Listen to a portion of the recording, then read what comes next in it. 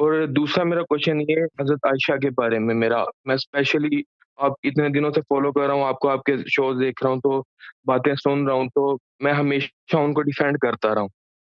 جی اس کی ریزن یہ ہے کہ میں نے سنا ہے ان سے، مطلب ہم نے اپنے علماء سے جتنا بھی سنا ہے کہ بھی، ویسے میں مولا علی کے دشمنوں کو بالکل بھی، جنہوں نے ان کے ساتھ جنگیں کی، جتنے بھی ہیں، میں کسی کو بھی اچھا نہیں سمجھ، جی جی تو لیکن یہ کہ صرف ان کو اس لیے میں سمجھتا ہوں، صرف ایک یہ واحد شخصیت ایسی ہے جن کو میں ڈیفینڈ کرتا ہوں بعض اوقات اپنے سبھی لوگوں کے سامنے، کیونکہ میں نے یہ سنا ہے کہ انہوں نے آخری مطلب جنگ کرنے کے بعد جو ہے ہوں، وہ معافی مانگی اور توبہ کی اللہ تعالیٰ سے کہ یہ میرے سے غلطی ہوئی، سارے روتی رہیں، اور اس طرح کی حدیث یہ بیان کرتے ہیں کہ یہ جی جی بخاری و مسلم میں موجود ہے۔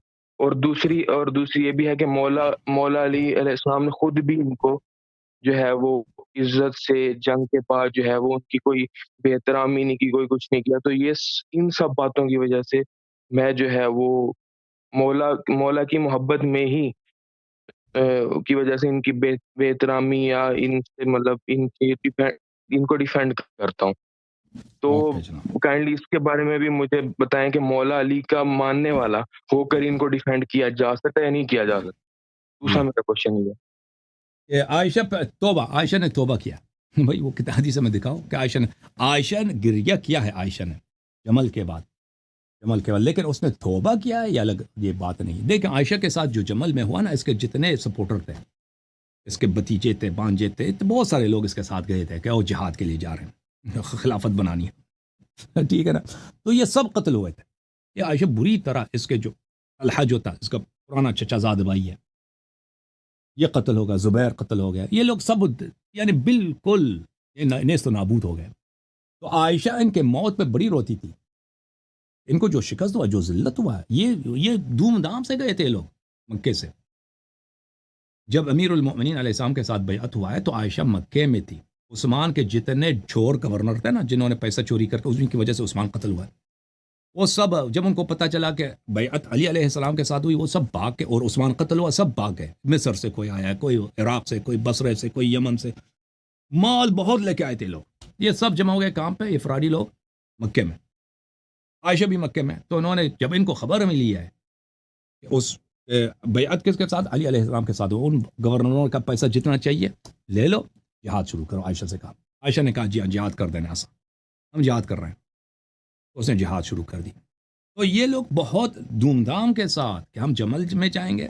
مدینہ میں تو آبادی ہی نہیں تھی نا، مدینہ کوئی اتنا کوئی خاص چیز نہیں تھا اسٹریٹجک لحاظ سے. مدینہ ایک اہم، جب فتوحات ہوئی ہیں نا پھر عثمان کے زمانے تک، تو مدینہ کی اسٹریٹجک حیثیت نہیں تھی. اسٹریٹجک حیثیت تھی شام کی، عراق کی، کوفے کی، بصرے کی. شام میں تو معاویہ کی حکومت ہے، وہ تو ان کو گھاس بھی نہیں ڈالے گا. تو عراق میں کوئی نہیں ہے، تو یہ لوگ گئے بصرے میں تاکہ وہاں پہ اپنی حکومت بنا لیں. اور پھر وہاں پہ ان کی بری جو شکست ہوئی ہے نا، یہ سب قتل ہو گئے تھے. عائشہ کے جتنے سپورٹر تھے، سوائے بہت کم لوگ مرے تھے. تو وہ اس بات پہ روتی تھی، لیکن یہ رونا کہ اس نے توبہ کیا اللہ سے، یہ کسی کتاب میں نہیں ہے، یہ کسی حدیث، کسی روایت میں نہیں ہے. اس نے توبہ کیا ہے کہ میں نے علی علیہ السلام سے لڑائی کی، میں نے غلطی کی ہے، یہ کہیں نہیں ہے. ٹھیک ہے نا، توبہ ثابت کرو پھر دیکھتے ہیں.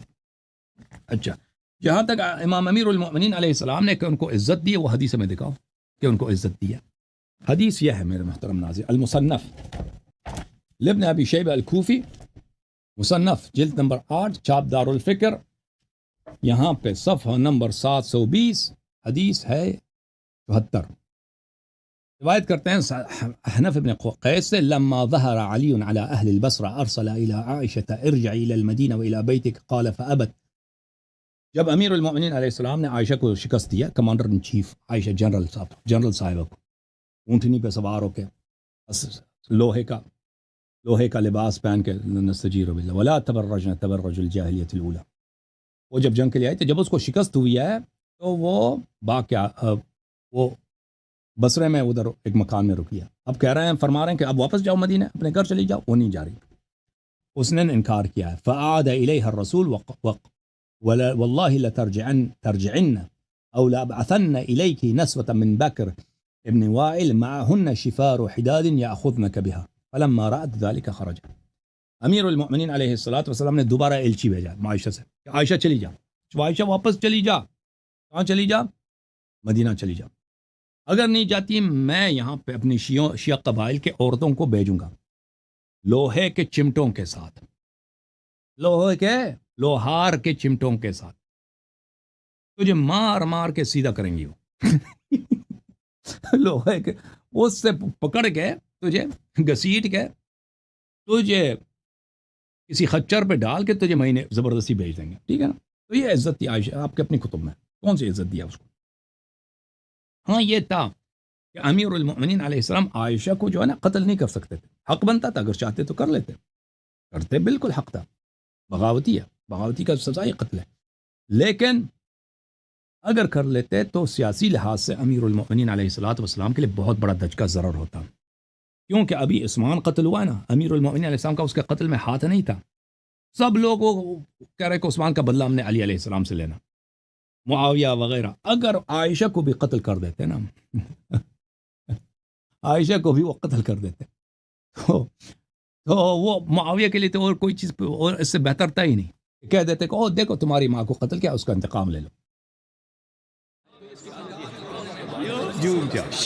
جوم جاؤ پرواز کرو، کیوں فخر سے سر اٹھا، کیونکہ اللہ تعالیٰ نے تمہیں انتخاب کیا، صراط حق پر صرف تم ہو، صراط ایمان پر صرف کیا، کیونکہ اللہ تعالیٰ نے تمہیں انتخاب کیا، صراط حق پر صرف تم ہو، صراط ایمان پر صرف